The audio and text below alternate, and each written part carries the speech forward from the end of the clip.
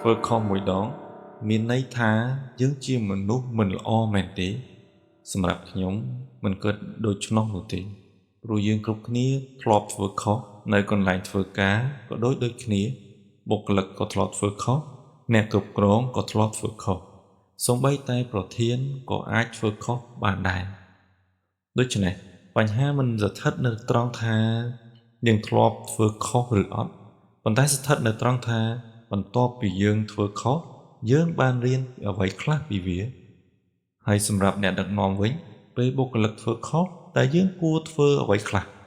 គួរតែស្ដីបន្ទោសគាត់ឬជួយគាត់ឲ្យយល់ពីកំហុសហើយធ្វើឲ្យល្អជាងមុន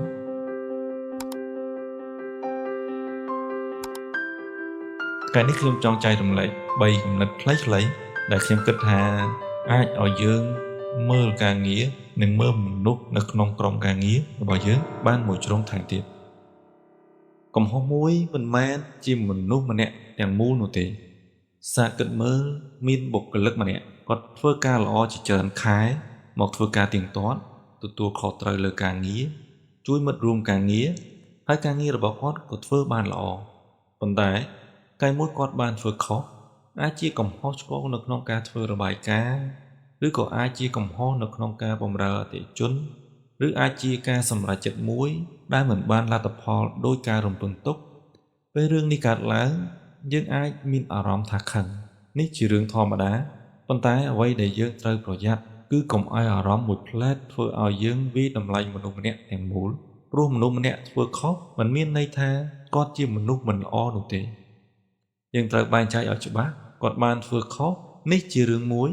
គាត់ជាមនុស្សមិនល្អនេះជារឿងមួយផ្សេងទៀតហើយរឿងទាំងពីរមិនដូចគ្នានោះទេគាត់បានធ្វើខុស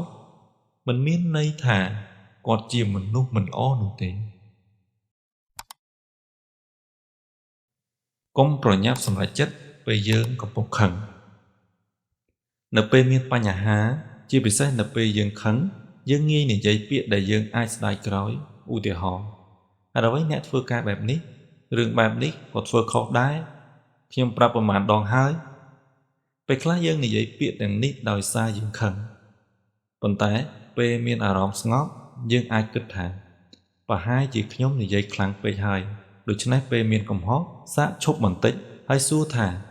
តើមានអ្វីកើតឡើងបន្ទាប់មកហេតុអ្វីបានជារឿងនេះកើតឡើងហើយចុងក្រោយតើយើងអាចធ្វើអ្វីដើម្បីកុំឲ្យវាកើតឡើងម្ដងទៀតបានទេសំណួរទាំងនេះមិនមែនមានន័យថាយើងមិនខ្វល់ពីកំហុសនោះទេផ្ទុយទៅវិញវាបង្ហាញថាយើងចង់ដោះស្រាយបញ្ហាមិនមែនគ្រាន់តែចង់បញ្ចេញកំហឹងនោះទេកំហុសគួរតែផ្ដល់មេរៀនឧទាហរណ៍មនុស្សម្នាក់ធ្វើរបាយការណ៍ខុសយើងកែរបាយការណ៍ប៉ុន្តែយើងចង់កុំឲ្យរឿងនេះកើតឡើងម្ដងទៀតយើងត្រូវសួរបន្ថែមតើគាត់មិនយល់ពីការងារមែនទេ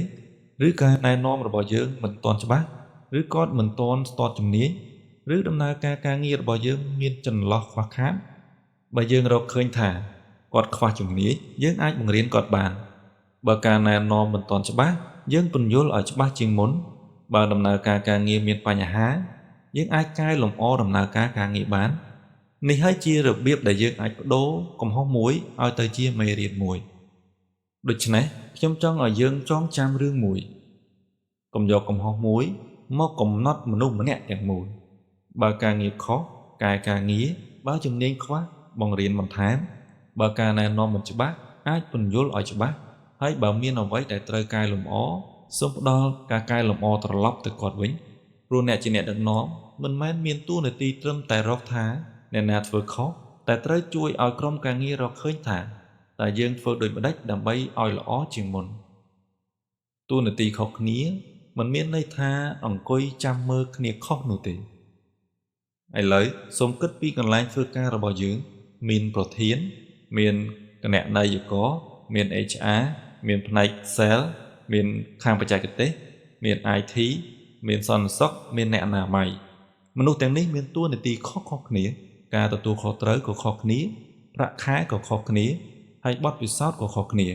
ប៉ុន្តែតួនាទីខុសគ្នាមិនមានន័យថាយើងត្រូវមើលតម្លៃរបស់គ្នាខុសគ្នានោះទេមនុស្សម្នាក់ៗមានការងាររបស់ខ្លួនហើយការងារទាំងនោះត្រូវការគ្នាទៅវិញទៅមកអ្នកគ្រប់គ្រងត្រូវការអ្នកលក់ អ្នកលក់ក៏ត្រូវការផ្នែកប្រតិបត្តិការផ្នែកប្រតិបត្តិការក៏ត្រូវការអ្នកបច្ចេកទេសហើយគ្រប់ផ្នែកត្រូវការការគ្រប់គ្រងគ្នាទៅវិញទៅមកដូច្នេះយើងមិនចាំបាច់មានតួនាទីដូចគ្នាដើម្បីធ្វើការជាមួយគ្នាបានល្អនោះទេយើងគ្រាន់តែត្រូវគោរពការងារគ្នាទៅវិញទៅមកនិងធ្វើការងារឲ្យបានល្អក្នុងតួនាទីរបស់ខ្លួនជាការល្អទៅហើយមនុស្សគ្រប់រូបមានអ្វីមួយដែលយើងអាចរៀនពីគ្នាទៅវិញទៅមកមានរឿងមួយដែលខ្ញុំចូលចិត្តអ្នកអាចមានបទពិសោធន៍20ឆ្នាំប៉ុន្តែអ្នកនៅតែអាចរៀនពីបុគ្គលិកថ្មីហេតុអ្វីព្រោះបុគ្គលិកថ្មីអាចស្គាល់តិចណូឡូជីថ្មីអាចមានគំនិតថ្មីអាចឃើញបញ្ហាមួយដែលយើងមិនបានចាប់អារម្មណ៍ហើយបុគ្គលិកថ្មីក៏អាចរៀនពីអ្នកដែលមានបទពិសោធន៍ដូច្នេះនៅក្នុងក្រុមការងារមួយមិនចាំបាច់សួរថាអ្នកណាពូកែជាងអ្នកណានោះទេសំណួរដែលល្អជាងគឺតើយើងអាចយកចំណេះដឹងរបស់ម្នាក់ៗមកជួយគ្នាបានយ៉ាងដូចម្តេចបើយើងគិតបែបនេះក្រុមការងារមិនមែនជាកន្លែងដែលមនុស្សប្រកួតថាអ្នកណាល្អជាងនោះទេប៉ុន្តែក្រុមការងារនឹងក្លាយជាកន្លែងដែលមនុស្សម្នាក់ៗយកចំណុចខ្លាំងរបស់ខ្លួនមកបំពេញចំណុចខ្វះខាតរបស់គ្នាកាន់តែមានតំណែងខ្ពស់កាន់តែចេះស្ដាប់ខ្ញុំចង់និយាយប្រយោគមួយដែលខ្ញុំគិតថាសំខាន់សម្រាប់អ្នកដឹកនាំកាន់តែមានតំណែងខ្ពស់មិនមានន័យថាត្រូវនិយាយច្រើនជាងគេនោះទេពេលខ្លះវាមានន័យថាត្រូវចេះស្ដាប់ឲ្យបានច្រើនជាងគេព្រោះអ្នកដឹកនាំមិនអាចត្រូវគ្រប់កន្លែងបានទេមិនអាចឃើញគ្រប់បញ្ហាបានទេហើយក៏មិនអាចចេះគ្រប់ជំនាញបានដែរ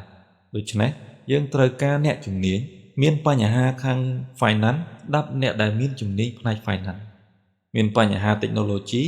ស្ដាប់អ្នកជំនាញដែលមានជំនាញផ្នែក IT មានបញ្ហាខាងផ្នែកធនធានមនុស្សស្ដាប់អ្នកជំនាញដែលមានបទពិសោធន៍នៅក្នុងផ្នែកធនធានមនុស្សមានបញ្ហាអតិថិជនស្ដាប់អ្នកដែលជួបអតិថិជនរាល់ថ្ងៃបន្ទាប់មកអ្នកដឹកនាំយកព័ត៌មានទាំងនោះមកពិចារណាហើយសម្រេចចិត្តស្ដាប់មិនមែនមានន័យថាត្រូវយល់ស្របគ្រប់យ៉ាងនោះទេស្ដាប់មានន័យថាយើងផ្ដល់ឱកាសឲ្យអ្នកជំនាញបង្ហាញអ្វីដែលគេបានដឹងមុនពេលយើងសម្រេចចិត្តអ្នកដឹកនាំមិនចាំបាច់ចេះគ្រប់រឿងនោះទេអ្នកអាចជាប្រធានក្រុមហ៊ុនប៉ុន្តែគណនេយ្យករអាចចេះរឿងគណនេយ្យជាងអ្នកអាចជាប្រធានប៉ុន្តែផ្នែក IT អាចចេះ Technology ច្រើនជាងអ្នកអាចជាអ្នកគ្រប់គ្រងប៉ុន្តែអ្នកលក់អាចយល់ពីអតិថិជនច្រើនជាងអ្នកនេះមិនធ្វើឲ្យអ្នកដឹកនាំខ្សោយនោះទេផ្ទុយទៅវិញវាធ្វើឲ្យក្រុមការងារកាន់តែរឹងមាំព្រោះអ្នកដឹកនាំមិនចាំបាច់ធ្វើអ្វីគ្រប់យ៉ាងដោយខ្លួនឯងនោះទេអ្វីដែលគាត់ត្រូវធ្វើគឺដឹងថាអ្នកណាជាអ្នកជំនាញក្នុងរឿងណាហើយចេះធ្វើជំនាញទាំងនោះដើម្បីឲ្យការសម្រេចចិត្តកាន់តែល្អជាងមុនកំហុសនិងការស្ដីបន្ទោសមានរឿងមួយដែលខ្ញុំគិតថាគួរឲ្យយើងពិចារណាទាំងអស់គ្នាពេលបុគ្គលិកធ្វើខុសបើសិនបើយើងធ្វើឲ្យគេខ្លាចខ្លាំងពេកលើកក្រោយគេអាចមិនហ៊ានប្រាប់យើងពីកំហុសនោះទេពេលមានបញ្ហាគេអាចព្យាយាមដោះស្រាយដោយខ្លួនឯងឬអាចព្យាយាមលាក់បញ្ហាប៉ុន្តែបើក្រុមការងារមានការយល់ច្បាស់ថាបើមានបញ្ហាយើងប្រាប់គ្នាយើងដោះស្រាយយើងរៀនពីវាហើយយើងកែលម្អនោះបុគ្គលិកនឹងមានភាពក្លាហានក្នុងការរាយការណ៍ពីបញ្ហាហើយនៅក្នុងការងារបញ្ហាដែលយើងដឹងលឿនយើងអាចមានឱកាសដោះស្រាយបានលឿនដូច្នេះអ្នកដឹកនាំមិនត្រឹមតែត្រូវបង្កើតក្រុមការងារដែលធ្វើការបានល្អនោះទេតែត្រូវបង្កើតក្រុមការងារដែលហ៊ាននិយាយការពិតអំពីបញ្ហារឿងដែលអ្នកដឹកនាំអាចធ្វើដូច្នេះបើអ្នកជាអ្នកដឹកនាំខ្ញុំសូមណែនាំ3រឿងទី1កែការងារប៉ុន្តែទុកឲ្យឱកាសមនុស្សកែលម្អបុគ្គលិកធ្វើខុសកែប្រាប់ចំណុចដែលត្រូវកែប្រាប់ស្តង់ដារឲ្យច្បាស់ហើយប្រាប់គេថាលើកក្រោយយើងធ្វើបែបនេះឲ្យបានល្អជាងមុនទី2ផ្ដល់ការណែនាំត្រឡប់ទៅវិញឲ្យច្បាស់កុំគ្រាន់តែនិយាយថាអ្នកធ្វើមិនល្អទេសូមប្រាប់ថាចំណុចនេះត្រូវកែលម្អនេះជាអ្វីដែលខ្ញុំរំពឹងហើយនេះជាវិធីដែលយើងអាចធ្វើឲ្យវាល្អជាងមុនបានទី3ចេះស្ដាប់អ្នកជំនាញកុំគិតថាខ្ញុំជាប្រធានដូច្នេះខ្ញុំត្រូវតែដឹងគ្រប់យ៉ាងសូមគិតថាខ្ញុំជាអ្នកដឹកនាំដូច្នេះខ្ញុំត្រូវដឹងថាពេលណាត្រូវសម្រេចចិត្តហើយពេលណាត្រូវស្ដាប់អ្នកជំនាញបើសិនបើអ្នកជាបុគ្គលិកខ្ញុំក៏ចង់ប្រាប់អ្នកមួយដែរបើអ្នកធ្លាប់ធ្វើខុសកុំឲ្យកំហុសមួយធ្វើឲ្យអ្នកគិតថាខ្ញុំមិនអាចធ្វើបានទៀតទេចូលទទួលស្គាល់កំហុសហើយសួរខ្លួនឯងថាតើខ្ញុំអាចរៀនអ្វីពីវាបានបន្ទាប់មកកែកំហុសហើយបន្ត ព្រោះនៅកន្លែងធ្វើការមនុស្សដែលរីកចម្រើនមិនមែនជាមនុស្សដែលមិនធ្លាប់ធ្វើខុសនោះទេប៉ុន្តែជាមនុស្សដែលធ្វើខុសហើយចេះរៀនពីកំហុសរបស់ខ្លួនដូច្នេះបើខ្ញុំត្រូវសង្ខេបវីដេអូនេះខ្ញុំចង់ឲ្យអ្នកចងចាំ3ប្រយោគទី1កុំយកកំហុសមួយមកកំណត់មនុស្សម្នាក់ទាំងមូលទី2តួនាទីខុសគ្នាមិនមានន័យថាយើងត្រូវមើលគ្នាខុសនោះទេទី3អ្នកដឹកនាំដែលល្អមិនមែនជាអ្នកដែលចេះគ្រប់រឿងនោះទេប៉ុន្តែជាអ្នកដែលចេះស្ដាប់និងចេះប្រើជំនាញរបស់មនុស្សជុំវិញខ្លួនហើយខ្ញុំចង់ទុកសំណួរមួយសម្រាប់អ្នកគិតបន្តបើអ្នកមិនចង់ឲ្យគេយកកំហុសមួយរបស់អ្នកមកកំណត់ថាអ្នកជាមនុស្សបែបណាតើអ្នកគួរយកកំហុសមួយរបស់អ្នកដទៃមកកំណត់ថាគេជាមនុស្សបែបណាដែរឬទេប្រសិនបើអ្នកជាអ្នកដឹកនាំចូលជួយមនុស្សឲ្យកែលម្អប្រសិនបើអ្នកជាបុគ្គលិកចូលរៀនពីកំហុសខ្លួនឯងហើយមិនថាយើងនៅតួនាទីណានោះទេចូលគោរពការងាររបស់គ្នាទៅវិញទៅមកព្រោះក្រុមការងារល្អមិនមែនជាក្រុមដែលមនុស្សគ្រប់គ្នាចេះដូចគ្នានោះទេក្រុមការងារល្អគឺជាក្រុមដែលមនុស្សម្នាក់ៗយកចំណុចខ្លាំងរបស់ខ្លួនមកជួយគ្នាទៅវិញទៅមកជាចុងក្រោយសូមអរគុណសម្រាប់ការស្ដាប់ podcast គំនិតក្នុងសៀវភៅរបស់យើងនៅថ្ងៃនេះបើគិតថា podcast នេះមានប្រយោជន៍សូមបងប្អូនកុំភ្លេចជួយ like share និង subscribe ដើម្បីស្ដាប់គំនិតល្អៗពីសៀវភៅផ្សេងៗទៀតនៅក្នុងវីដេអូបន្តរងចាំស្ដាប់ពួកយើងនៅវគ្គក្រោយៗទៀតសូមរក្សាសុខភាពឲ្យបានល្អនិងបន្តការកសាងទម្លាប់ល្អរបស់បងប្អូនសូមអរគុណ